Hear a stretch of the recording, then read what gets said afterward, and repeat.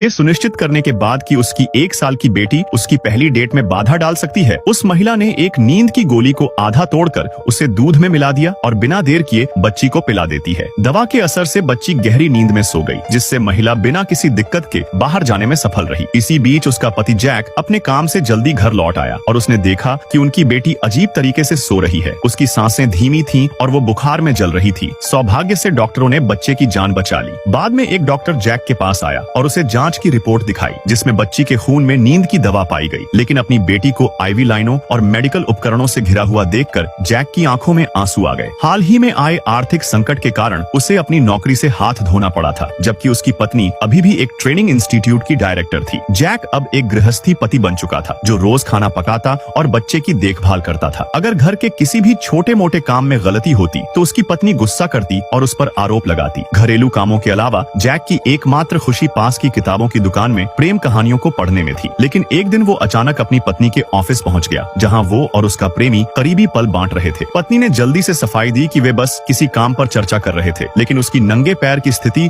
और सहायक की घबराहट ने जैक के मन में संदेह पैदा कर दिया। घर लौटते समय उसकी पत्नी ने अचानक कहा कि उसे एक ग्राहक से मिलने जाना है और जैक को रात का खाना तैयार करने के लिए कहा, लेकिन वास्तव में वह सीधे अपने प्रेमी के घर चली गई। अगले दिन जैक ने अपनी पत्नी की चाबी के गुच्छे में एक अनजान चाबी देखी। जैक को शक हुआ कि जरूर ये उसी आदमी की चाबी है जिसे उसने अपनी पत्नी की साथ देखा था, और जब उसने उस पते पर जाकर चाबी ताले में डाली तो दरवाजा खुल गया। अंदर जाकर उसे बेड साइड टेबल पर अपनी पत्नी और उसके प्रेमी की अतरंगी तस्वीरें मिली। इससे भी ज्यादा परेशान करने वाली बात ये थी कि उसे अपनी बेटी के जन्म के समय की भी कुछ तस्वीरें मिली, जिससे उसे शक होने लगा कि क्या बच्ची वास्तव में उसकी अपनी संतान नहीं है। इस खोज के बाद जैक पूरी तरह बदल गया। उसने रोमांस उपन्यास छोड़कर जासूसी किताबें पढ़नी शुरू कर दी। कुछ दिनों बाद महिला फिर से अपने प्रेमी के घर गई और वहाँ बच्चों के लिए नए सामान देखकर नाराज हो गई। जब उसने अपने प्रेमी से इसका कारण पूछा तो उसने सुझाव दिया कि वह अपनी बेटी को वहीं ले आए और वे तीनों साथ रहें। यह सुनकर महिला को एहसास हुआ कि यह रिश्ता केवल कुछ ही पल का था और अब इसे समाप्त करने का समय आ गया है। घर लौटने के बाद उसने असामान्य व्यवहार किया, घर के काम किए और जैक के लिए खुद खाना बनाया और अपने इस व्यवहार के लिए माफी मांगी। जैक ने ज्यादा कुछ नहीं कहा, बस यही उम्मीद की